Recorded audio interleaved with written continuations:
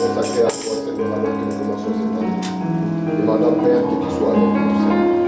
Nous voulons entrer dans la parole, nous voulons la parole pour nous, Seigneur. Prépare nos cœurs au Dieu. Ouvre notre intelligence comme tu l'as fait pour Daniel. Amen. Et laisse que tes bénédictions, Seigneur, qui découlent de ta parole, rencontrent les besoins dans la vie des chants. Bénis-nous, Seigneur, en cette vie, de la chair au dernier moment, au nom du Seigneur Jésus-Christ. Amen.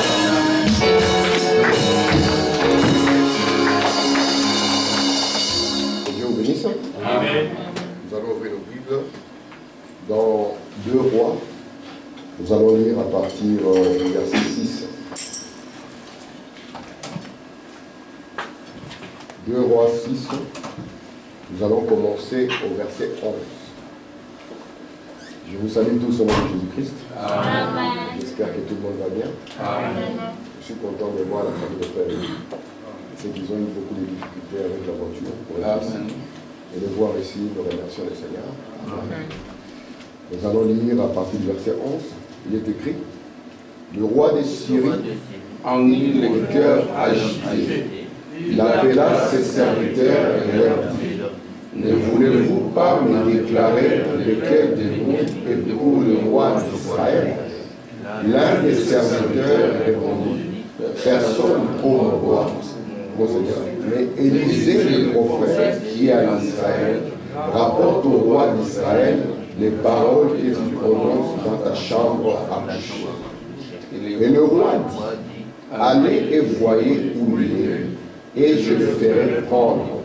On vint lui dire: voici, il est à Dothan. Il envoya des chevaux, des chars et une forte troupe qui arrivèrent de nuit et qui enveloppèrent la ville. Les serviteurs de l'homme de Dieu s'éleva de bon matin et sortit. Et voici, une troupe entourait la ville avec des chevaux et des chars. Et les serviteurs dirent à l'homme de Dieu: ah, mon Seigneur, comment ferons-nous? Il répondit: ne crains point, car ceux qui sont avec nous sont en plus grand nombre que ceux qui sont avec eux. Et Élisée pria et dit: Éternel, ouvre ses yeux pour qu'il voie. Alléluia. Et l'Éternel ouvrit les yeux du serviteur, qui vit la montagne pleine de chevaux et de chars de feu autour d'Élisée. Amen. Disons encore dans 2 Pierre, nous allons lire juste à 2 endroits. Si vous avez le temps, je vous conseillerais de lire ces chapitres en entier. 2 Pierre au chapitre 2, je vais lire le verset 4 et le verset 9 seulement. Disons le verset 4. Car si Dieu n'a pas épargné les anges qui ont péché, mais s'il les a précipités dans les abîmes de ténèbres et les réserve pour le jugement. Écoutez le verset 9. Le Seigneur sait délivrer de l'épreuve les hommes pieux et réserver les injustes pour être punis au jour du jugement. Amen. Amen. Que Dieu ajoute des riches bénédictions à l'aide de la parole. Bonsoir. Je vous salue tous au nom du Seigneur. Amen. Et je remercie le Seigneur parce que nous sommes encore dans sa maison. Et nous sommes ici pour l'adorer, n'est-ce pas? N'est-ce pas? Amen. Nous sommes ici pour l'adorer, nous sommes ici pour lui donner le meilleur de ce que nous avons. Amen. Vous savez, je remercie le Seigneur parce que nous sommes encore là pour continuer dans cette leçon que nous avons commencée et que nous avons intitulée revenant au Seigneur, revenant à notre Dieu dans la voie de la nouvelle naissance. La fois passée, nous avons focalisé notre enseignement sur le monde invisible. Parce que tel que nous sommes ici, nous sommes conscients qu'à part le monde que nous voyons, il existe un monde invisible. Amen.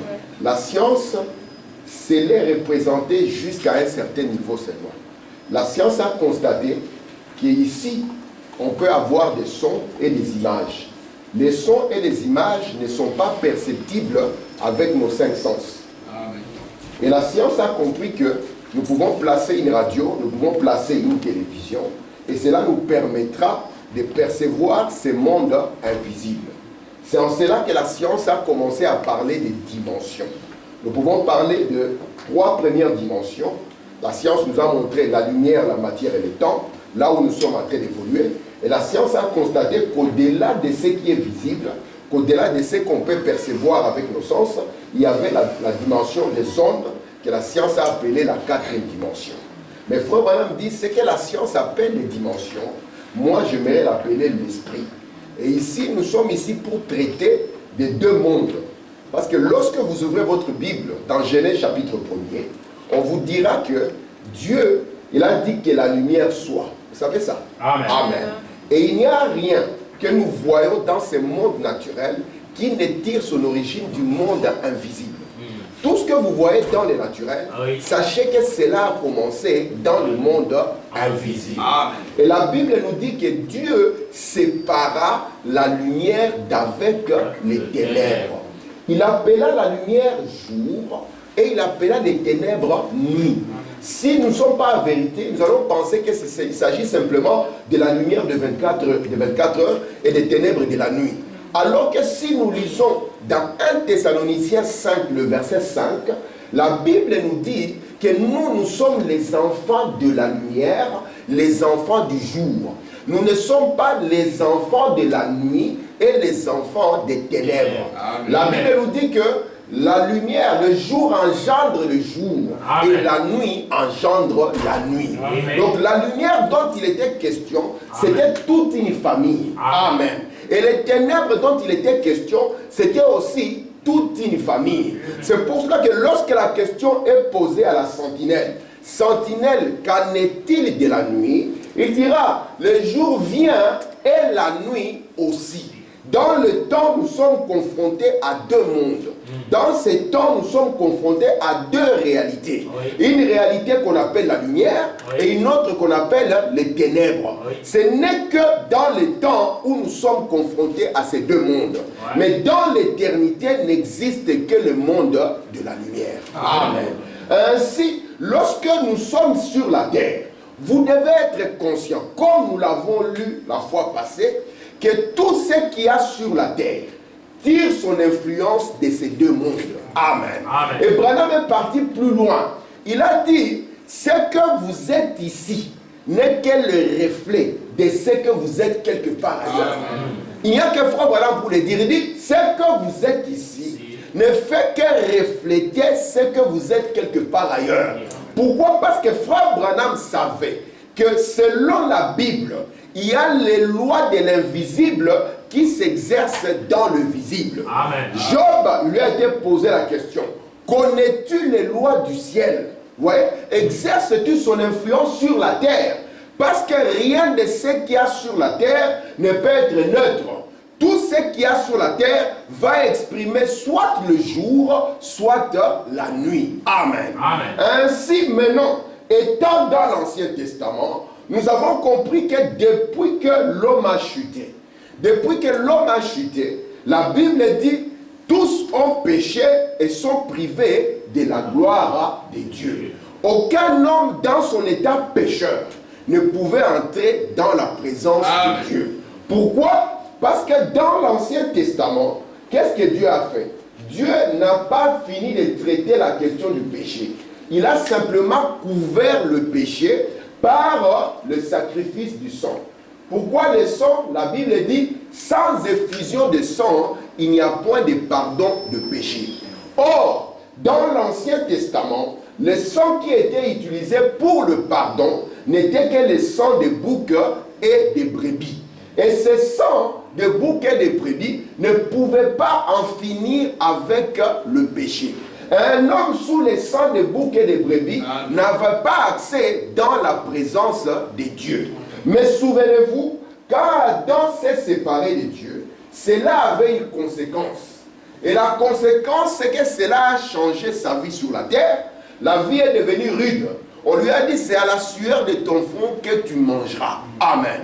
C'est pour ça que j'ai dit que les jeunes gens ne doivent pas penser qu'on gagnera la vie sans travailler. Non. Dieu a placé cette loi et cette loi ne peut pas être brisée. Lorsqu'on est sur la terre, c'est à la sueur du front qu'on va manger. Amen. Et puis il ne s'est pas arrêté là. Frère Branham nous a montré que Dieu est descendu. Parce qu'à chaque fois qu'il y a les péchés, Dieu doit venir juger cela. Amen. Est-ce que vous le croyez? Amen. Dieu ne peut pas laisser le péché impuni. Il doit venir comme le juge. Et quand il vient comme le juge, il n'y a pas de favoritisme. Il va exercer son jugement, que vous soyez son enfant ou pas. C'est ainsi que dans le jardin, il a exercé le jugement sur ses enfants et il a exercé le jugement sur les serpents. Et l'une des conséquences de la séparation de l'homme avec Dieu, c'est que l'homme va connaître la mort dans la chair. Alléluia. Ça, c'est parmi les conséquences de la séparation de Dieu avec l'homme. La mort dans la chair sera établie. Et cette mort dans la chair va continuer sur toute la descendance d'Adam. Pourquoi? Parce que tous les hommes qui viennent sur la terre, ils naissent dans le péché, ils sont conçus dans l'iniquité. Ainsi, ils ne peuvent pas être éternels. Ce qui est péché n'est pas éternel. Amen. Ce qui est conçu dans le mal ne peut pas être éternel. Le mal n'est pas éternel. Amen. C'est pour ça que l'enfer ne peut pas être éternel. Le mal, c'est juste pour un temps. Et puis le mal finit. Alléluia. Alors, remarquez ici. Dieu maintenant sachant que les hommes ne peuvent pas entrer dans sa présence, que ce soit des élus ou pas, Dieu dans sa grande sagesse, alléluia, Amen. Il a prévu les lieux où il devait garder les gens. Les premiers d'abord à sortir de la volonté de Dieu, ce sont les anges. Vous savez ça? Alléluia. Parce que la Bible nous dit que la bataille des hommes, la bataille des anges est devenue la bataille des hommes. Amen. La première fois qu'il y a une bataille dans le ciel, c'est quand Lucifer, ouais, ça, Lucifer, lui qui était dans la position de l'étoile du matin, Lucifer, au lieu de garder sa position, amen, il a voulu un royaume, il a voulu quelque chose de mieux que le message de l'heure. Cela ne lui suffisait plus, amen. Il a dit, qui vous a dit de répéter, Frère Branham a dit. Il pensait que lui aussi il avait quelque chose à dire. Il pouvait prendre son trône et l'élever au-dessus des étoiles. Et Dieu a dit, comme tu as fait ça, tu seras précipité. Amen. Vous n'allez jamais prospérer loin de ce message. Et si vous prospérez loin de ce message, posez-vous la question. Ce n'est pas une prospérité, c'est la chute assurée. Celui-là qui s'appelait Lucifer est devenu Satan. Et Satan signifie adversaire. Il est devenu adversaire de Dieu. Il est devenu adversaire de la parole de Dieu. Il est devenu adversaire du message de l'heure. Lui qui avait bien commencé. Le problème ici, ce n'est pas de bien commencer. Le problème, c'est de bien finir. De déclarer comme Paul, j'ai combattu le bon combat de la foi. Amen. Beaucoup ont commencé, mais peu ont bien terminé. Amen. Lucifer avait bien commencé. La Bible le déclare jusqu'au jour où l'iniquité fut trouvée en lui. Or, les hommes et les anges, Dieu leur a donné la capacité de choisir. Et Branham dit, l'iniquité c'est quoi? C'est connaître la vérité et faire le contraire de ce que vous connaissez. Amen. Ça, ce n'est pas les caractéristiques que Dieu veut trouver en nous. Dieu nous donne la connaissance de la vérité pour que nous puissions vivre par cette vérité. C'est ça le but pour lequel nous connaissons le message. Branham dit, ce message n'est pas là pour que vous puissiez en faire des débats. Il dit, mais vivez le message. Parce que vous êtes une Bible. Il y a des gens qui ne liront jamais la Bible parce qu'ils ne l'auront pas. Mais ils vont voir la Bible comment. Dieu n'a jamais voulu écrire sa parole dans un livre. Il a voulu l'écrire dans le cœur de l'homme. Vous êtes un épître vivant, lu des hommes. Vous êtes des panneaux publicitaires. Amen. Et la vie que vous menez ici, alléluia, montre où vous êtes déjà. Amen. Parce que chacun ne fait que retourner chez lui. Alléluia. C'est la Bible qui nous le dit. Chacun ne retourne que chez lui. Personne ne va chez les voisins. Chacun retourne vers son papa. Amen. Ainsi, Lucifer, dans sa chute, il n'était pas seul. Il a séduit les 2 tiers des anges. Amen. Et comme ces anges aussi ont quitté leur position, avant ils étaient des messagers. William Branham me dit, je vous mets dans la même position que moi. vous êtes les messagers de ces messages. Mais au lieu de demeurer des anges, ils ont quitté leur position et sont devenus des démons. On appelle démon un tourmenteur. Amen. Ils ne peuvent plus être des sujets de paix. Ils sont devenus des tourmenteurs. Ainsi, Dieu, comme ils ont quitté leur position, comme ils sont entrés dans le péché, il doit réserver les jugements sur eux. Et la Bible nous dit que Dieu créa l'enfer. Vous êtes avec moi? Il créa l'enfer pour qui? Pour Satan et pour ses démons, les anges. Ce sont des anges déchus. Amen. Déchus d'une position. Et ouais, à la base, Dieu n'a jamais voulu voir un homme en enfer. Mais nous avons compris qu'il y a aussi des hommes, il y a des hommes qui marchent sur la terre, mais ce sont des démons. Et ce n'est pas moi qui les dis, nous allons les lire dans la Bible. Amen. C'est ça d'abord la création. Et tu as regardé cela. Regardez ce que la Bible dit ici. Alléluia. Gloire à Dieu. La Bible dit ici dans 2 Pierre, 2 Pierre 4, regardez. Car si Dieu n'a pas épargné les anges qui ont péché, est-ce qu'il les a épargnés? Non. Dieu est juste. Il ne les a pas épargnés. Pourquoi? Parce que Dieu n'épargne pas le péché. Si vous êtes un élu de Dieu et que vous péchez, Dieu va vous frapper. Amen. Il l'a fait avec David. Il l'a fait avec chaque enfant qui n'a pas écouté. Dieu vous frappera. Amen. Bon, madame dit, c'est la preuve qu'il va vous corriger. Et parfois la correction sera très amère. Parce que vous pouvez pécher en secret et la correction sera publique. Amen. C'est ce que David a connu. Il a fait quelque chose qui a amené dans sa maison beaucoup de problèmes. Amen. Et David a crié devant Dieu. Il a dit, Père, lave-moi avec l'hysope. La Bible nous dit, si Dieu n'a pas épargné les anges, parce que ces anges ont péché, qu'est-ce qu'il a fait? Il les a précipités. Où? Dans les abîmes des ténèbres. Si vous prenez le dictionnaire, vous cherchez le mot abîme, on dit quoi? C'est un gouffre sans fond. C'est là où ils ont été précipités. Dans un gouffre sans fond. Et les réserve, pourquoi? Pour le jugement. Et la Bible nous a dit que Jésus-Christ est descendu dans les régions inférieures. Vous vous souvenez? Alors remarquez ici, les démons et Satan, Dieu les réserve pour un jour où il doit juger. Amen. Regardez la suite de l'écriture. La suite de l'écriture ici, je suis dans 2 Pierre 9. Il dit, le Seigneur s'est délivré. Est-ce que Dieu s'est délivré? Amen. Il s'est délivré de l'épreuve. Les hommes pieux. Amen. Parce que Dieu ne peut pas détruire les justes et les justes en même temps. Amen. Il s'est délivré les hommes pieux et réservé les injustes pour être punis. Quand? Au jour du jugement. Donc il y a un jour de jugement qui arrive. Amen. Et nous verrons quand est-ce que ce jour arrive. Très bien. Merci Seigneur. Merci, alors Seigneur. Ici, parmi les gens qui sont réservés au jugement, nous trouvons Satan et ses démons, n'est-ce pas? Alors, comme dans l'Ancien Testament, tous ne pouvaient pas entrer dans la présence de Dieu, Dieu est sage. Alléluia. Amen. Nous pouvons lui faire confiance. Parce qu'il sait bien ce qu'il est en train de faire. Alors, qu'est-ce que Dieu a fait? Tous ceux qui mouraient allaient dans ce qu'on appelle les séjours des morts. Vous voyez ça? Et dans les séjours des morts, nous pouvions voir 3 catégories. Nous avions ici l'enfer, où Satan et ses démons. Vous voyez ça, n'est-ce pas? Alors, je vais essayer de rendre cela plus clair. Je vais mettre les 3 catégories. Nous avons la première catégorie ici, c'est le paradis. Dans le paradis, Dieu a gardé les élus. Des gens qui se sont repentis. Des gens qui attendaient que Jésus vienne pour eux.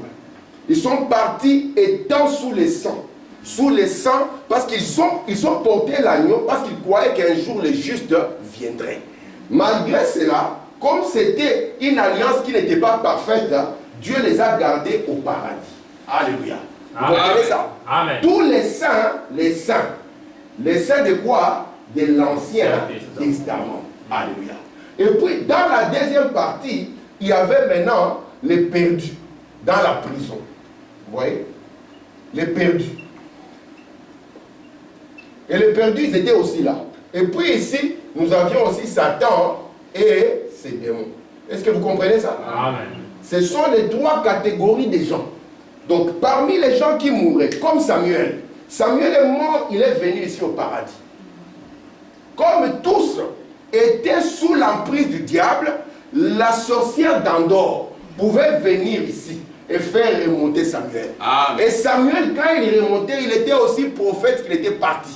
Parce que la mort ne change pas une personne. Non. Il n'y a que chez les catholiques, quand un homme meurt, il devient saint. Vous n'êtes rien d'autre que ce que vous êtes ici. Amen. La mort ne fait que vous changer de lieu. Amen. Et Samuel qui est monté ici, il est monté comme prophète. Il a dit à Saül, comme toi tu es devenu ennemi de Dieu, tu vas devenir mon ami comment? Alors qu'aujourd'hui les hommes qui sont devenus les ennemis de Dieu sont devenus nos amis. Il y a un problème quelque part. Lui, il est monté, il a dit, toi, tu es devenu ennemi de Dieu. Amen. Parce que tu n'as pas écouté la voix de Dieu. Amen. Et tu penses que je vais prophétiser sur toi de bonheur ou de quelque chose de bien. C'est ainsi aussi quand Akab était sorti. Parce que tout le monde avait dit qu'Akab, tu es bien, tu es béni. Et que tu peux aller de l'avant. Toutes les églises ont applaudi. Et puis on a appelé un autre prophète. Alléluia. Dieu a besoin d'avoir des prophètes comme Michel qui peuvent dire, je ne dirai que ce que l'Éternel a dit. C'est pour ça que quand nous regardons l'Amérique, alors que tout le monde applaudit et dit que c'est une grande puissance, nous disons ce sont les cendres. Amen. Pourquoi? Parce que le jugement a été prononcé. Et Akab, Élie le prophète, avait prophétisé le jugement. Et Michel est venu, il a dit, je vois Israël comme un peuple sans pasteur, sans berger.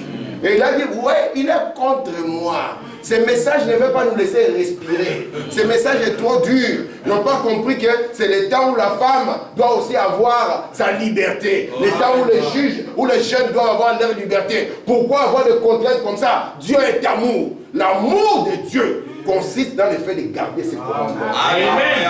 Alors ici, les saints, ils n'étaient pas là en attendant le jugement. Non. Amen. Parce que Dieu a dit, celui qui croit en moi ne viendra pas en jugement.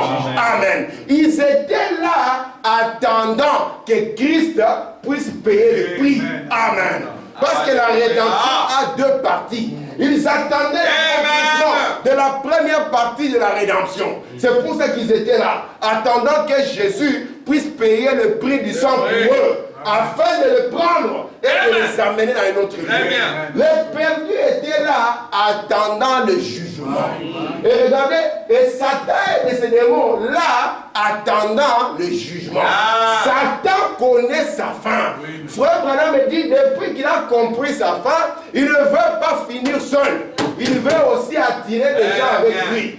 Frère Branham donne l'exemple. Il dit, chez les Indiens, il y avait ce qu'on appelait le combat à la corde. On mettait un groupe de gens d'un côté de la corde et un autre groupe de l'autre côté. On allumait le feu au milieu. Le plus fort tirait les autres dans le feu. Et c'est ce que Satan essaie de faire. Il essaie de faire le plus de dégâts possible. Amen. Et quand un homme il est vraiment inspiré par l'enfer, il fera le plus de dégâts possible. Ouais. Oh Seigneur. Il y a un monsieur qui était séropositif, il était un blanc. Il est parti en Afrique parce qu'il a l'argent. Il a dit, je vais contaminer le plus de femmes possible. Ouais, parce qu'il ne peut pas mourir seul. Il faut qu'il puisse emporter le plus avec eux. Tandis que les chrétiens, quand il a trouvé quelque chose de bien, il ne peut pas les garder seuls. Non. Il doit les partager avec tout le monde. J'ai trouvé Jésus. Il donne la paix dans les cœurs. J'ai trouvé Jésus. Je ne peux pas les garder seuls. Le diable répand le mal. Et les chrétiens répandent le bien. Amen. Parce que c'est toujours les grands combats qu'il y a eu entre le jour et la nuit. Mais souvenez-vous, la lumière vaincra toujours les ténèbres. C'est pour cela que l'amour aura toujours les dessus sur la haine. Amen. L'amour vaincra toujours la haine. Alléluia. C'est pour ça que Jésus a dit, si vous n'aimez que ceux-là qui vous aiment, en quoi vous êtes différents du monde? Mais aimez ceux-là qui vous Frère Branham dit, c'est lui qui serait même prêt à vous tuer. Comment on peut aimer quelqu'un comme ça? Jésus nous a aimés alors que nous l'avons tué. Pas seulement prêt à le tuer, mais nous l'avons tué. Amen. Est-ce que vous êtes avec moi? Amen. Merci Seigneur. On peut lire encore? Amen. Écoutez Frère Branham dans le message de grâce. Paragraphe 109. Souvenez-vous. Donc ne l'oubliez pas. Si on vous dit de vous souvenir, ça signifie ne l'oubliez pas, n'est-ce pas? Amen. Il dit, souvenez-vous, le premier trône du jugement était sur la terre. Amen. Et c'était où? Dans les jardins d'Éden. Et il n'y a personne qui peut enlever le jugement de Dieu. Dieu a apporté les jugements dans les jardins d'Éden. Il a dit au serpent, voici le jugement sur toi. Amen. Il prend la femme, voici le jugement. Il arrive sur l'homme, il donne ce qu'il a donné. Et personne ne peut ôter cela. Amen. Amen. Et il faut qu'on continue. Et le dernier trône du jugement. Il y a un dernier trône du jugement. Il y a beaucoup de gens qui pensent qu'un jour, il y a un trône qui sera quelque part, un trône d'ivoire. Frère Branham dit, le dernier trône du jugement, le trône blanc sera sur la terre. Quand? À la fin du temps. Ah, la fin du temps. Merci Seigneur. Alors, nous remercions le Seigneur. Nous remercions le Seigneur pour les définitions des prophètes. Merci Seigneur. La fin des temps. Écoutez, Frère Branham, dans la démonologie. N'est-ce pas que vous croyez ces prophètes? Amen. Il y a un passage des Écritures, meilleur que cela, qui se trouve dans Pierre. Il a dit que Jésus, lorsqu'il mourut, est-ce que vous croyez que Jésus est mort? Amen. Il alla prêcher aux âmes qui étaient dans les chaînes des ténèbres. Donc, ils ne pouvaient pas sortir des ténèbres. Ils étaient enchaînés dans les ténèbres. Il dit où? En prison. Vous voyez? Attendant quoi? Le jugement éternel. Amen. Donc, il y a des gens perdus. Ils attendent le jugement éternel. Ici, restez d'abord avec moi dans l'Ancien Testament. Vous êtes avec moi? Parce que si vous ratez de voir ce que Dieu a accompli dans l'Ancien Testament, vous n'allez pas comprendre ce qu'il a fait aujourd'hui. Amen. Parce que la rédemption a deux parties. Il y a la première partie de la rédemption, c'est payer le prix. La deuxième partie, c'est réclamer ce pourquoi vous avez payé. Alléluia. Amen. Donc, par exemple, la Bible dit ici que le monde, Dieu a détruit le monde de Noé. Vous savez ça?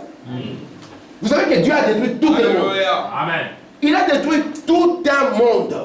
Il ne s'est pas arrêté là. Dieu a détruit la ville de Sodome et la ville de Gomorrhe. Amen. Et même Dieu ne change pas. Il y a des gens qui disent, oh Dieu a vieilli, il est devenu un peu doux. Non! Dieu est devenu encore plus dur qu'avant. Vous savez ça? Amen. Parce que Jésus a dit, écoutez, Jésus a dit que je ne suis pas venu pour abolir la loi. Amen. Mais je suis venu encore pour la renforcer. Amen. Dans l'Ancien Testament, l'homme pouvait mourir dans la chair. Et c'est quelque chose de moindre. Mais aujourd'hui, les âmes sont en train d'être détruites. Est-ce que vous comprenez ça? Amen. Dieu a détruit le monde de Sodome. Vous savez pourquoi il a détruit le monde de Sodome?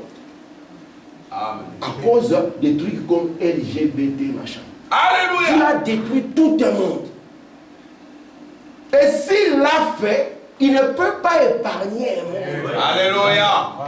S'il a détruit un homme qui s'est comporté comme ça, que vous soyez qui que ce soit, si vous prenez le même chemin, Dieu vous jugera. Amen. Parce qu'il est le juge juste. Amen. Amen. S'il a déjà exercé un jugement sur quelqu'un, vous voyez, c'est là, ça montre que toute personne qui viendra comme ça, il aura la même chose qui tombera sur lui. Amen. Donc il y a des âmes qui sont là, des perdus, qui attendent le jugement éternel. Amen. Amen. Écoutez, dans Jude chapitre 1, voyons voir quand est-ce que le jugement éternel va arriver. N'est-ce pas? Amen. Vous allez le croire? C'est dans notre Bible, n'est-ce pas? Amen. Si vous ne croyez pas la Bible, vous êtes foutus. Regardez la Bible. C'est aussi pour eux qu'Enoch, le 7e, depuis Adam, a prophétisé en ces termes. Voici le Seigneur a fait quoi? Ah, donc c'est une venue du Seigneur. Ah, je ne savais pas que c'était une venue. Donc voici le Seigneur est venu Avec quoi? Avec ces saintes myriades. Et pour faire quoi? Seigneur, tu viens avec les 7 myriades pour faire quoi? Regardez. Pour exercer un jugement contre tous. Le Seigneur qui est venu avec un myriade, vous avez la photo là. Amen. Elle est juste là. Vous voyez ça? Et lorsqu'il vient, il faut madame dire, c'est le juge suprême. Amen. Il n'y a personne qui croit ces messages qui contestent cela. C'est le juge suprême. Amen. Mais non, ce juge suprême vient faire quoi? Pour exercer un jugement contre tous. Pour faire rendre compte à tous les impies. Écoutez, parmi eux, de tous les actes d'impiété. Parce qu'il y a les actes de piété et les actes d'impiété. La piété signifie être comme Dieu. Amen. Il y a aussi des actes qui identifient les hommes à Satan. Amen. Des actes d'impiété. Écoutez, qu'ils ont commis et toutes les paroles injurieuses qu'ils ont proférées contre lui, des pécheurs impies. Donc quand il vient, c'est pour exercer son jugement. Vous êtes avec moi? Amen. Donc cette dimension ici de l'horrible n'est pas éternelle. Dieu l'a mis là-bas comme une prison. Alléluia. Amen. Où les gens seront là en attendant que la sentence puisse tomber. Parce que remarquez, quand Jésus est descendu, on n'a pas dit que Jésus a vu les gens dans le feu. Hein? Vous avez lu là où il y a eu le feu? Non. Mais alors l'enfer, il y a le feu, il n'y a pas le feu. Amen. Branham à 14 ans est descendu là-bas. Soit Branham a dit, même le feu, ça serait un moment doux par rapport à ce que j'ai vécu. Alléluia. Qu'en est-il du feu? Est-ce que la Bible nous a menti lorsqu'on a dit qu'il y avait le feu? Amen. Très bien. Merci Seigneur. Alléluia. Merci Seigneur. Regardez ce qu'il faut qu'on va nous dire. Maintenant, la 5e dimension, c'est l'endroit où va le pécheur. L'incroyant. Quand il fait quoi? Quand il meurt. Soyez conscients que nous ne sommes pas éternels sur la terre. Donc à un moment, la mort peut atteindre et le pécheur et le croyant. Quand quelqu'un meurt, ça ne veut pas dire que Dieu ne l'a pas aimé. Non. Seigneur, tu m'as aimé, tu m'as gardé, mais un jour il t'aimera, tu ne seras pas là. Mais son amour continuera. Amen. C'est pour ça que lorsqu'il nous donne encore la vie, nous sommes reconnaissants, n'est-ce pas? Et nous voulons faire quelque chose de mieux de cette vie. Nous voulons la rendre sublime. Pour que si un jour il y a un frère qui est fatigué, et après il dit, ah, il y avait des frères qui étaient là. C'était des croyants. Et lui, il reprend courage. Amen. La 5e dimension est en quelque sorte la dimension horrible. Parce qu'on a précipité les gens dans les abîmes des ténèbres. Amen. Qui aimerait les ténèbres? Il y a que les gens suspects, on a dit, le monde de la nuit. Vous savez ça? C'est le monde de boîte de nuit. Le monde de la nuit. Il y a des gens qui doivent sortir seulement dans le monde de la nuit. C'est là où ils se sentent à l'aise. Mais nous, nous aimons le jour. Parce que nous n'avons rien à cacher. Amen. Amen. Je disais les enfants, je dis, vous devez être transparent dans la vie. Je dis, vous connaissez les codes de mon téléphone, je peux te les donner, prends mon téléphone. Je n'ai rien à cacher devant toi. Non, dis, papa, toi on connaît tout. Je dis, c'est comme ça qu'on doit vivre un homme. Tu n'as rien à cacher. Qu'est-ce que tu vas cacher? Tu vis dans le jour. Amen. Tu vis dans la lumière. Tu es la pyramide au centre du monde. Il n'y a pas d'ombre autour de toi. Amen. Il n'y a pas de zone cachée. Les téléphones sonnent, ils se cachent dans la toilette. Papa, qu'est-ce que tu fais là-bas? Amen. Comme disait un prêtre catholique, il dit, vous voyez le téléphone d'un homme est comme la valise d'un sorcier. Parce qu'en Afrique, la valise d'un sorcier, quand on ouvre, on devient fou. Et la femme, si elle ouvre le téléphone de son mari, elle devient folle. C'est quoi ça comme foyer? Amen. Nous sommes un autre peuple. Amen. Nous sommes une autre sacerdoce. Un autre appel. Nous sommes les enfants du jour. Alléluia. Alléluia. Merci Seigneur. Amen. Alors regardez ici. Hébreux chapitre 10. On va lire dans la Bible, n'est-ce pas? Amen. Vous croyez la Bible, n'est-ce pas? Amen.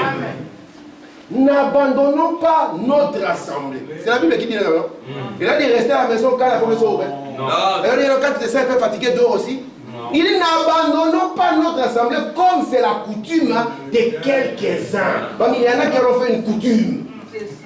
Les frères coutumiers d'abandonner. Il peut venir une fois, deux fois, et puis il disparaît. Et vous le voyez 6 mois plus tard. Moi, à chaque fois que je vais à un frère comme ça, si c'est vers août, je dis bonne fête de Pâques. Ou bien, c'est quand tu le vois à Noël, tu dis bonne fête de Pâques parce que tu risques de ne plus le voir. La Bible nous dit ici, n'abandonnons pas notre assemblée comme c'est la coutume de quelques-uns. C'est pour ça que je vous dis, la vie que vous vivez sur la terre, vous n'êtes pas le premier à la vivre. Il y a déjà des gens qui l'ont vécu. Branham a regardé Elvis Presley, il l'a appelé Judas moderne. Ça signifie quoi? La vie qu'il est en train de vivre, Judas l'avait déjà vécu. Et comme il y a des Judas modernes, il y a aussi un Jésus moderne. Amen. Le Jésus ancien, il pouvait être en robe, mais Jésus moderne, il est en costume. Amen. Pourquoi? Parce que la vie ne change pas. Écoutez, mais exhortons-nous réciproquement. Donc frère, ne reste pas à la maison, viens écouter la parole. Exhortons-nous réciproquement. C'est là d'autant plus que vous voyez s'approcher le jour. Amen. Est-ce qu'on dit Amen? Amen. Écoutez, car si nous péchons, comment? Volontairement, après avoir reçu la connaissance de la vérité. Écoutez, il ne reste plus de sacrifices pour le péché. Si vous rejetez le sang de Christ est le message de l'heure. Si vous le rejetez, pensant connaître mieux que les messagers que Dieu vous a envoyés, il ne reste plus de sacrifices pour le péché. Mais qu'est-ce qui vous reste? Mais une attente terrible du jugement et l'ardeur d'un feu. On nous parle maintenant la première fois d'un feu. Donc on attend le jugement et ce jugement viendra avec un feu. Un feu qui dévorera les rebelles. Alléluia. Vous êtes avec moi? Amen. Donc, nous ne pouvons pas être ici, ayant connu la vérité, ayant connu le message, le rejeter et penser que nous allons bien nous en sortir. Peut-être que devant les hommes, ton église sera plus grande. Frère Branham avait une sœur au Branham Tabernacle. Cette sœur, elle était monitrice d'école de dimanche. Elle donnait l'école de dimanche aux petits-enfants. Elle commençait à prendre le goût de prêcher. Elle commençait à amener maintenant des gens de plus en plus grands. Frère Branham a dit à la sœur, sœur, ne fais pas cela. Amen. Parce que c'est contre la parole de Dieu. Et cette sœur a persisté. À un moment, Frère Branham a dit, sœur, tu ne peux pas rester ici.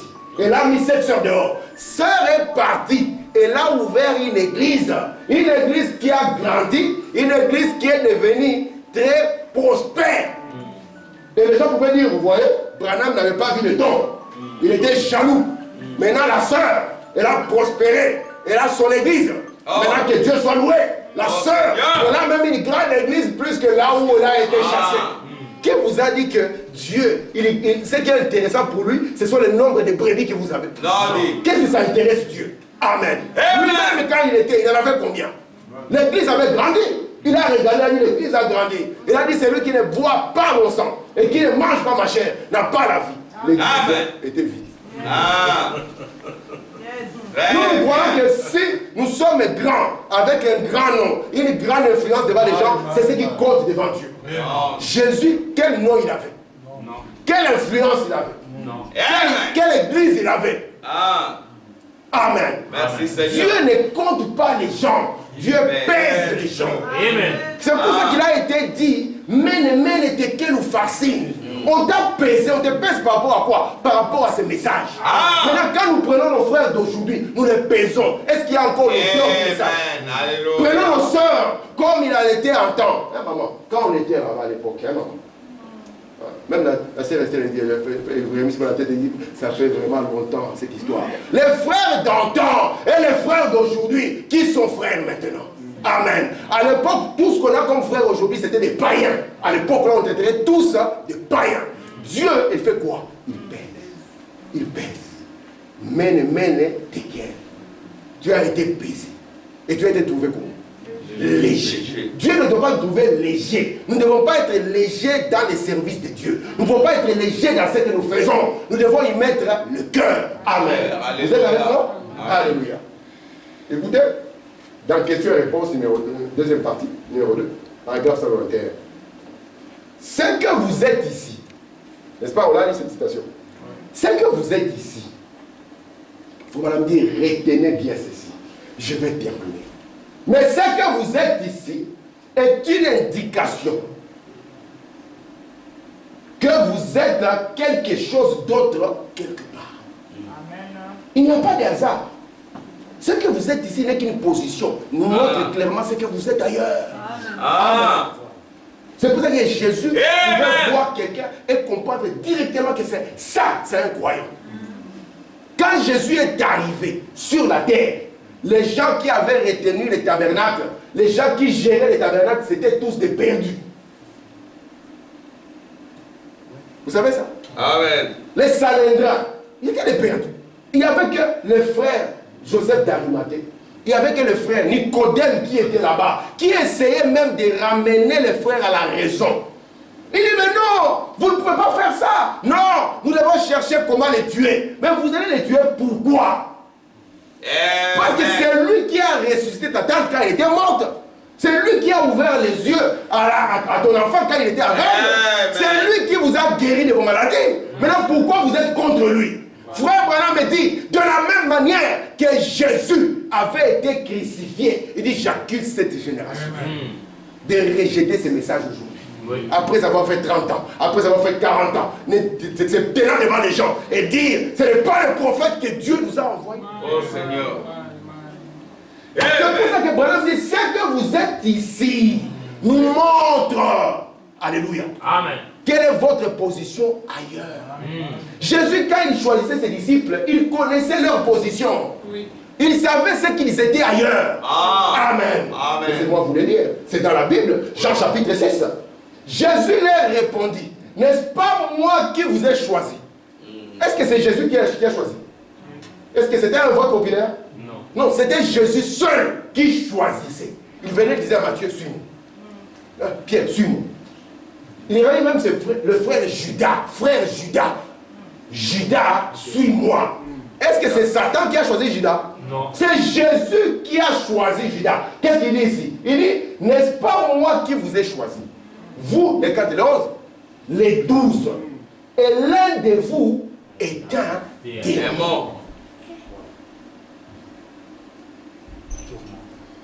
Mais c'était un homme. Comment tu peux me traiter de démon? Parce que Jésus connaissait ce qu'il était ailleurs. C'est pour ça que la Bible nous dira que Judas est allé en son lieu. Vous comprenez ça? Amen. Pierre, je vous ai dit l'autre fois, il est venu là toquer. Tout le monde a dit, non, ce n'est pas lui, c'est son ange.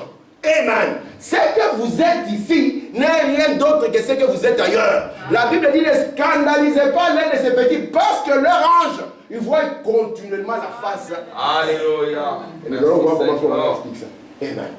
Il parlait de Judas Iscariote. Je suis sûr que quand on parle de démons, vous avez l'image d'un homme avec des cœurs, les dents comme un léopard, et tout ça, des poils, ou bien... Non, on parlait de Judas. L'un de vous est un démon. Il parlait de Judas Iscariote, fils de Simon, car c'était lui qui devait les livrer, l'un des 12. Il était même dans la 7-7. Il a même participé.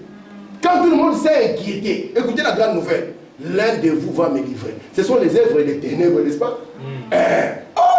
Les frères ont entendu ça. Moi, abandonner la parole. Moi, livrer la parole. Ce ne sont pas comme les frères d'aujourd'hui. L'un de vous va me livrer. Chacun serait dans cette préoccupation. Je dois gagner l'argent. Je dois envoyer un avion au Congo. Je dois vraiment sortir. Mais quand ils sont en train de se dire, Seigneur, est-ce que c'est moi? Les frères ne sont plus dans ça. Non, ils ne se posent plus la question, est-ce que j'ai le Saint-Esprit? Non, non. Je gagne ça dans le message, ça suffit. On ne se pose plus la question, est-ce que cette vie que je mène, est-ce qu'elle est digne de ce message? Oh non, non. On continue seulement comme ça, on est tranquille. Amen. Et puis quand on dit, est-ce que tu sais quand est-ce que j'ai cru? Tu ne vas pas me faire peur, papa. Et regarde ce que tu étais et ce que tu es. Parce que Madame dit, plus les années passent, plus il devient réel. De plus en plus réel pour moi. Amen. Amen. Je l'aime encore davantage plus que Alléluia. Alléluia. Merci Seigneur. Il parlait. Gloire à Dieu. La Bible dit ici, il parlait de Judas Iscariote, fils de Simon. Car c'était lui qui devait les livrer, l'un des 12. Amen. Et quand il a dit ça, tout le monde est venu. Est-ce que c'est moi, Seigneur? Alléluia. Parce qu'il voulait dire, ah, si c'est moi, qu'est-ce que je dois faire? Est-ce que c'est moi? Même Judas, il a vu que les autres ont posé la question, il dit, moi je vais y aller. Hein, on va voir si c'est ça. Et puis il pose la question. Est-ce que, il dit, tu l'as dit? S'il avait la conscience de cet esprit, il allait tomber par terre. Il a dit, Seigneur, chasse cet esprit, je ne veux pas. Mais il est devenu tranquille. Jésus a plongé sa main, lui aussi a plongé sa main. Et la Bible dit, quand il a mangé, les diables étaient à lui. Parce que la Bible nous avait dit qu'il cherchait une occasion favorable pour les livrer. Il y a des gens qui cherchent une occasion favorable pour porter un pantalon en tant que soeur. Il y a des gens qui cherchent une occasion favorable pour abandonner ces messages. Il y a des frères qui cherchent une occasion favorable pour boire sa bière. Fais-le déjà, frère. L'un était un démon. Une occasion favorable. Mais je pensais que les démons étaient en enfer. Mais comment on a trouvé un démon qui marche? Un démon qui enseigne. Parce que la Bible dit qu'il avait part à ses ministères. Un ministère puissant. Un bon enseignant. Il pouvait discuter avec les pharisiens et leur démontrer que Jésus est le Messie. Il n'a pas besoin. Ici, le message n'est pas une démonstration seulement avec un tableau. Il s'agit d'une vie qui coule dans la foi. De sorte que même si moi et frère Armand nous disons, ah, Branham n'est pas celui qui nous... Tu as dit, papa, tu es venu en retard. Parce que le Dieu de Branham, je l'ai rencontré. Le Dieu de Branham, je le connais. Il me connaît. Alléluia. Un jour, Branham pose la question à Meda. Il dit, Meda, entre moi et Jésus, qui tu aimes le plus? Le peuple d'aujourd'hui, chérie, c'est d'abord toi et Dieu. Il a dit, Bill, tu sais combien je t'aime. Mais Jésus, je l'aime plus que toi. Et Branham a dit, oh merci Seigneur. Amen. Écoutez la suite. Mais regardez par ici. Voici un canal. Je vais tracer le canal. Ceux-là, ils attendent le jugement. Si vous ne voulez pas recevoir la parole, ce qui vous attendra, ce qui vous attend, ce n'est rien d'autre que le jugement. Et ceux qui n'ont pas cru aujourd'hui sont déjà jugés. Amen. Parce que le juge suprême n'est pas venu en promenade de santé. Vous allez voir avec le prophète les conséquences de la venue de Myriade. Amen. Amen. Regardez, dans la démonologie. Voici un canal comme ceci. Traçons notre canal. Le canal est là. C'est la première, la deuxième et la troisième dimension. D'accord? Amen. Amen. Et ici, nous avons le monde qu'on appelle le monde d'en haut. On n'appelle pas le monde d'en haut parce qu'il est au-dessus de notre tête, mais parce qu'il a de la hauteur. Amen. Celui-ci, c'est le monde d'en bas. Ce n'est pas que si on creuse la terre, on va trouver des diables dans le sol, non. Il y a de la bassesse. D'accord? Tu trouves un frère qui parle avec un autre. Tout ce qui sort dans sa bouche, c'est la bassesse. Il n'y a aucune hauteur. Oh Seigneur. Alors que Dieu, quand il vous voit, il vous identifie comme un aigle. L'aigle est dans la hauteur. L'aigle est dans la bassesse. Si on trouve l'aigle dans la bassesse, l'aigle a perdu la vision, il a perdu la force. Et les autres aigles, quand ils le voient comme ça dans la vallée, ils avaient quelque chose. Ils commencent à lui jeter de la viande. Ils lui jettent de la viande pour qu'il puisse reprendre la force. Amen. Tu ne vas pas trouver un frère dans la bassesse et vous êtes là dans la bassesse. Tu vois, nous travaillons ici, dans ces liens. Comment on peut faire pour commencer à sortir les histoires sans que les patrons le voient? Deux frères.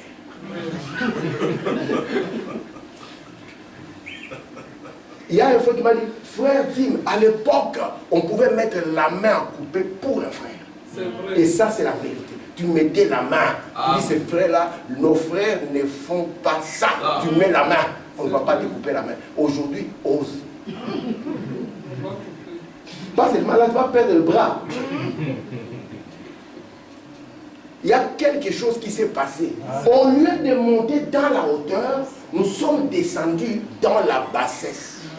Amen. Écoutez, frère Branham, regardez par ici. Voici un canal comme ceci. C'est là-dedans que vivent les mortels.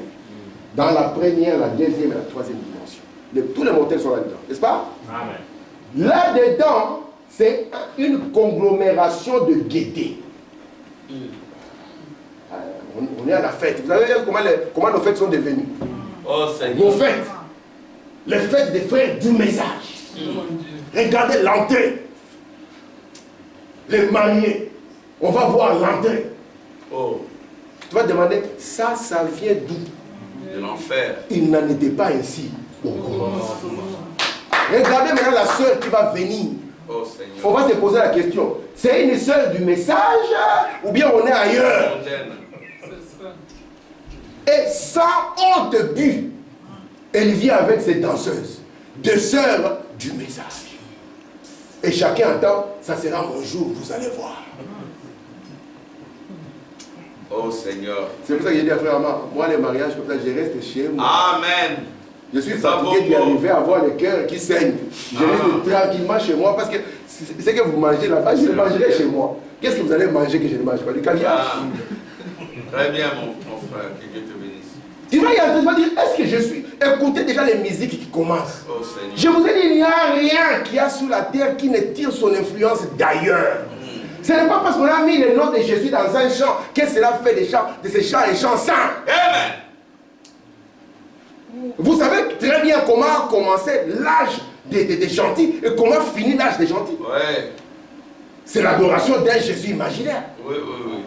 Amen. Amen. Écoutez, Amen. Très bien. de temps en temps, vous voyez une petite tache blanche. De temps en temps. C'est tellement ténébreux que de temps en temps, on voit un frère assis sur le premier banc à l'ULB qui ne triche pas. Amen. Même les gens s'étonnent. Oh. Amen. Les vieux, Gloire à Dieu. le frère lui dit, les vieux là, il ne comprend pas. Hein. Il est encore dans les rêves. Amen. Nous Amen. avons les labos qui travaillent. Les abandons. Très Le bien. frère assis, tout devant. Le pauvre, il est là. Que ça marche, que ça ne marche pas, il donne hein, ce qu'il mérite. Les abandons. Et quand il prend le papier, il est fier. C'est le fruit de son travail. Mais aujourd'hui, nos jeunes, ils apprennent déjà à être malhonnêtes en primaire sur le banc de l'école. Quel monsieur vous allez avoir demain? Il prend un diplôme, il sait très bien que les points qui sont dessus ne sont pas le fruit de son travail. C'est ça les gens que nous avons aujourd'hui. Oh Seigneur. Même des prédicateurs. Il faut madame dire qui ont reçu des choses qu'ils n'auraient jamais eu par leur propre travail. Et des malédictions qui frappent des familles entières. Oh Seigneur. Il a 15 maisons, 30 maisons. Tu as travaillé? Non. Oh Seigneur. C'est menacer les gens, donnez l'argent, donnez l'argent, donnez l'argent. Et malheureusement, vous aimez des prédicateurs comme ça. Amen. Si je commence à prier de 10 000, on va manquer les gens ici. 10 000 euros, hein, frère, comme ça, là, on fait 2 mois sans travail, on va des congés sabbatiques. Heureusement que Dieu, le Dieu riche à miséricorde, nous a donné un message de grâce. Amen. Écoutez, de temps en temps, vous voyez une tache blanche. On voit une soeur qui va se marier, elle est une soeur. Moi, j'ai vu des soeurs partir au mariage avec des faux cils et des fausses ongles. Je me suis demandé, mais Seigneur Jésus, est-ce qu'elle sait d'où cela vient? Attendez, nous allons voir. Est-ce qu'elle sait d'où cela vient? La sorcellerie. Mais Dada, qu'est-ce qui se passe? Oh, c'est mon jour. Tu veux avoir un jour dans lequel Jésus n'est pas? Commencer la vie comme ça. Si un jour mes jeunes veulent se marier comme par exemple Frère Enoch, j'espère qu'elle va pas sortir une maman là-bas avec tout ça. Nous on la regarde comme ça. C'est quoi cette affaire? Faut me dire, de temps en temps, nous voyons une petite tache blanche. Une petite tache. Et faut me dire, ou plutôt une lumière. Tu es dans une salle où il y a des gens qui ont entendu parler de Jésus, qui trichent. Toi tu es là tout seul, c'est un jugement. Amen. Faut regardez cette femme avec ses longs cheveux et cette petite chrétienne avec des cheveux coupés, c'est un jugement. Elle est là en robe, elle est là en jupe, habillée avec modestie et décence. C'est un jugement. Alléluia. Vous êtes une lampe placée sur une colline. On n'allume pas une place pour la mettre sous un boisson. Vous n'avez pas honte d'être chrétien. Vous n'avez pas honte de vous cacher, amen, pour lire votre Bible. Alors que les gens peuvent placer un livre immoral sous la table et que nous aurons honte parce que nous avons une Bible. Oh Seigneur. Amen. Alléluia. Merci Seigneur. Je suis en train de finir. Il faut madame dire, ces petites taches blanches et ces lumières, ce sont les chrétiens. Amen. Alléluia. Qui sont dans cette conglomération. Ils sont là-bas. Dans cette dimension de mortel. Un chrétien, partout où il est lumière. Amen. Vous n'avez même pas besoin de porter une cravate écrit Jésus, de quoi sur vous. Tu n'as pas besoin de ça. Toi-même, tu es la croix. Amen. Tu es la colonne de feu. Tu es la nuée de gloire. Là où tu es, même si tu ne dis rien, on voit une différence nette. Amen. Jonas, même quand il voulait fuir, on savait qu'il était différent. Tout le monde criait, sautait. Jonas dormait. On dit, mais non, le sorcier, il doit être celui-là. Comment nous on peut être ballotté et lui? Il a dit, écoutez, vous voulez la paix? Jetez-moi dans les eaux. Je connais mon Dieu me connaît. Moi, je connais l'affaire. Mais les chrétiens qui ont pris les différences, vous prêchez le message, vous prêchez comme les pentecôtistes. Amen. La différence, elle commence là. Moi, si je donne le son, il faut qu'on dise, ah, celui-là, vraiment, c'est une fausse doctrine. Et je dis, gloire au Seigneur. Amen. Parce qu'elle sera différente du son qu'un pentecôtiste va sortir. Pourquoi Dieu m'a envoyé William Branham? Amen. Pour que je puisse avoir les mêmes attentes. Pourquoi Dieu a ouvert les sceaux? Parce qu'il faut Branham dire, c'est ce qui a été caché. Et ils n'ont pas eu Branham. Ils n'ont pas eu les sceaux. Ils l'ont connu comment? Amen. Notre Dieu apporte la différence. Écoutez, dans cette dimension de mortel, les chrétiens sont la différence. Amen. Eh bien, en allant dans cette direction, en descendant. C'est pour ça que Branham me dit, je suis passé, c'était comme des nuages, et puis directement des ténèbres. Parce que vous avez une dimension de communication qui est là, qui va vous amener soit dans ce sens ici, soit dans ce sens ici. Amen. Lorsque vous quittez le monde mortel, vous passez dans cette voie de communication. C'est pour ça que vous n'allez pas voir les frères directement. Ça sera comme l'ombre de l'ombre, qui sera encore comme une ombre, et puis ça sera comme un petit ruisseau. Et puis tout d'un coup, vous voyez les frères. Ah, gloire à Dieu. Amen. Il y a d'autres, mamie, ténébreux, nuageux, et puis boum, on est en face là, des femmes maquillées. Oui, les femmes maquillées, oui. Mais on va lire frère Branham, il y a des choses qui se passent ici et les gens ne comprennent rien à rien. Tu diras, sœur, le message n'est pas contre toi. Le message est contre tout ce qui est original et tout ce qui n'est pas original. Le message, c'est l'original. Dieu, quand il t'a donné des cils, il savait ce qu'il faisait. Branham dit, on ne coupe pas les sourcils, on ne coupe pas les cils. Non. C'est Dieu qui les a placés là comme ça. Alléluia. J'ai des citations sur ça. Amen. Je ne suis pas en train de présumer. On trouve des sœurs, elles coupent les sourcils, c'est quoi, je ne sais plus, on coupe cette histoire. Et puis on coupe, et puis après on enlève tout, et puis on met encore le truc. Parce que le monde devient fou. Et quand on n'est pas averti, on suit le monde dans sa folie. On appelle ça la beauté. Si vous avez l'Esprit de Dieu, cela va révulser votre cœur. Amen. Et vous trouvez un frère en train de convoiter une telle femme. Une Jézabel. Ça signifie que certainement ça doit être un Akab. Amen. Alléluia. Je ne vois pas comment Jézabel va attirer Élie. Non.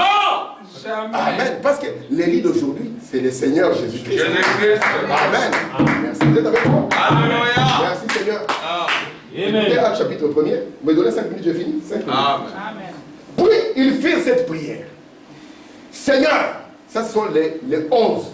Quand ils ont constaté que l'un parmi eux était un démon. Parce que quand Jésus disait ça, il disait, ah, parfois il y a des paroles blessantes. Mais les mots quand même. Amen. Et je disais, tu as entendu. Mais là ils ont compris, ah, c'était un démon. Hein. Ah. La Bible dit même que, Frère Madame dit, vous ne voyez que 3 croix. Il y en avait 4. Il y avait 4 croix. Oui. Et d'ailleurs, lui, vous ne savez pas, hein, lui il est tombé et s'est fendu par le milieu. Et les entrailles sont sorties de lui. Maintenant, ils ont dit, on doit remplacer celui-là. Nous allons choisir. Alors ils avaient oublié que c'était Dieu qui avait choisi au début. Et ils ont dit, nous allons faire un vote. Puis, ils firent cette prière, Seigneur, toi qui connais les cœurs de tous, désigne lesquels de ces deux tu as choisi. C'est eux qui ont choisi, mais là il dit Seigneur. Ainsi, afin qu'il ait part à ces ministères. et à cet apostolat. Donc Judas était un apôtre, un ministre qui était conduit par le Saint-Esprit. Il avait le Saint-Esprit pour son ministère, mais il n'avait pas le Saint-Esprit pour sa vie. Amen. Que Judas a fait quoi? A abandonné. Pour aller où? Donc il y a un lieu qui l'attendait déjà, préparé pour lui. Et les actes qu'il posait ici montraient la finalité. Donc il était comme un avion qui préparait la descente. L'aéroport était là. Et Judas, je suis sûr que quand Jésus a commencé à parler aux âmes perdues, il a constaté que Judas y était. Et Judas ne pouvait rien dire. Alléluia. Mais remarquez la différence de Jésus a été en face avec deux personnes avec qui il a vécu sur la terre. Il y avait un qui était à la croix, qui était un bandit. Mais lui a dit, papa, sois calme. Toi et moi, aujourd'hui, nous serons dans les paradis. Mais il y a un autre qui était comme Judas de l'autre côté. Beaucoup de paroles en l'air. Alors lui et Judas se sont retrouvés de l'autre côté. Et Jésus a parlé aux deux groupes. Amen. C'est cela qui sera notre fin. Écoutez, je peux le voir lorsqu'il est mort. C'est Jésus. Son âme est descendue dans les régions des perdus. Donc, comme nous avons vu là-bas, son âme est... Parce que Jésus a eu à interagir avec le diable. Vous savez ça? La Bible nous dit qu'il lui a arraché les clés de la mort et du séjour de mort. Dans Apocalypse 18, il dit, je tiens les clés de la mort et du séjour de mort. Amen. Pour que quand un frère va quitter la terre, qu'il n'y ait pas encore une sorcière qui aille le chercher. Alléluia. Écoutez, je peux le voir frapper à la porte. Frère Branham frappe 10 fois sur la chaîne. C'est vrai qu'il n'était pas chaud d'aller ouvrir. Hein. La porte de qui? Des perdus. Quelqu'un a dit, qui est-ce? Il n'attendait personne. Ouvre les portes. Et voilà les âmes mélangées là en prison, attendant les jours du jugement. Il a dit, vous auriez dit quoi, Enoch? Donc vous, tel que vous êtes, vous prêchez le message. Par quoi? Par votre propre vie. Vous savez ça? Il faut que vous devez devenir salé. Alléluia. Afin que le monde soit assoiffé. Amen. Oh Seigneur. Que quelqu'un puisse regarder et dire, si moi je dois avoir un foyer, ça doit être un foyer comme ça. Amen. Moi je connaissais un frère, c'était un frère, lui c'est sa soeur qui était sœur du message. Lui n'était pas frère. Il pouvait aller dans le monde de la nuit, et puis quand on le croise, il dit, moi les jours où je vais me marier, je viendrai dans le message. Il a dit, mais non, parce qu'on ne peut pas trouver des femmes valeureuses comme celle-là. Moi je vois ma soeur, quelle valeur. Dans le monde de la nuit, il n'y a pas de femmes. Maintenant, si toi aussi tu es une fille de la nuit qui traîne dans l'église, le frère de la nuit viendra. Parce que la profondeur appelle la profondeur. Amen. C'est pour ça que la profondeur qui était en Judas appelait une autre profondeur des enfers. Et quand il fallait livrer Jésus, ouais, Jésus ne fait rien par hasard. Imaginez qu'il avait pris tous les élus. Et la Bible avait dit que c'est celui avec qui je partage le pain qui a levé les talons contre moi. Mais à qui allait accomplir ça? C'est pour ça que nous avons besoin parfois qu'il y ait des gens dans l'église qui viennent pour que l'écriture s'accomplisse. Du genre, ils vont vous troubler. Oh Seigneur. Voilà. Et vous trouvez, les troubleurs. Lui, il est venu pour être un troubleur. Parce qu'un troubleur, il fait partie, il y a un lien avec les démons. C'est un troubleur. Amen. Il ne peut pas laisser l'église en paix. Écoutez. Vous auriez dû croire Enoch. Vous auriez dû croire les prophètes. Pourquoi? Parce qu'ils ont vécu au milieu de vous. Amen. Ce n'est pas que vous les avez vus. Pourquoi vous ne les avez pas crus? Vous auriez dû croire ces frères et ces sœurs qui s'attachent à la parole. Amen. Vous auriez dû les imiter. Amen. Vous auriez dû faire comme eux. Pourquoi n'avez-vous pas fait? Amen. Amen. Merci Seigneur. Je peux le voir. Merci Seigneur. Je suis le fils. Là, il se présente maintenant. Je suis le fils de Dieu, né de la Vierge. C'est lui dont Enoch avait dit qu'il viendrait avec ses saintes myriades. C'est moi. Frère Branham frappe 4 fois sur la chair. C'est moi. Et tout ce qui a été écrit de moi dans la parole de mon Père, j'ai confirmé cela sur la croix. C'est fini. Vous savez ce qu'il fait? Écoutez, ils ferment les portes. C'est fini. Ils auraient dû reconnaître. Il n'a pas dit, venez, suivez-moi. Non. Il a dit, non, Alléluia. restez là. Parce que le jugement va tomber sur vous. Vous avez manqué les jours de votre visitation. Vous savez, quand vous venez ici, tu entends une petite voix. Oh mon fils, tu es un jeune de 17 ans, de 18 à 19 ans. Tu devais mieux donner ta vie à Christ, devenir de plus en plus sérieux. Il y a une autre voix qui dit, non, non, attends, tu as encore du temps. Tu as encore du temps, tu as encore du temps.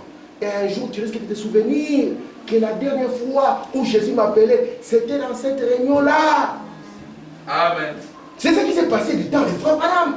Frère Madame s'est mis à la chair, elle a dit, sœur, Dieu t'appelle. Pourquoi tu m'embarrasses comme ça?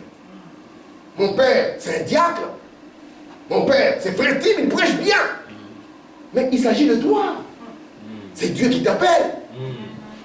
Mais ce jour-là, tu dirais, ah, c'est pour cela que les frères là ne trichaient pas. Il m'a dit d'arrêter, je ne voulais pas arrêter. Ah, maintenant ça commence à changer.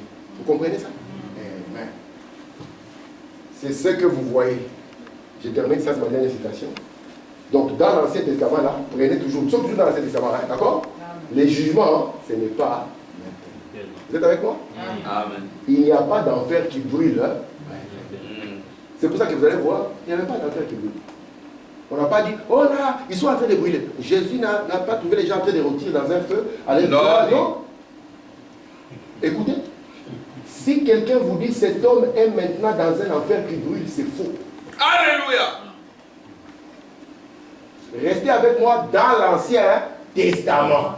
Si quelqu'un vous dit, il est dans un enfer qui brûle, le frère Madame dit, c'est faux. Vous voyez, un juge sur cette terre est assez juste pour ne jamais condamner un homme avant qu'il soit passé en jugement. C'est pour ça qu'on a appelé ça la prison. Quand vous êtes en prison, il y a d'abord la première phase. Vous attendez quoi? Votre jugement. Et Branham a prêché le message, les âmes qui sont en prison. Maintenant. Mais Enoch avait vu, un jour il viendrait. Il viendrait comment? Avec les nuées de gloire. Et il viendrait comme les juges suprêmes. Et la Bible dit, Daniel, que des livres furent ouverts. Amen. Vous savez que vous êtes un livre? Amen. Alléluia. Et un autre livre fut ouvert. Amen. Amen. Que le Seigneur. Amen.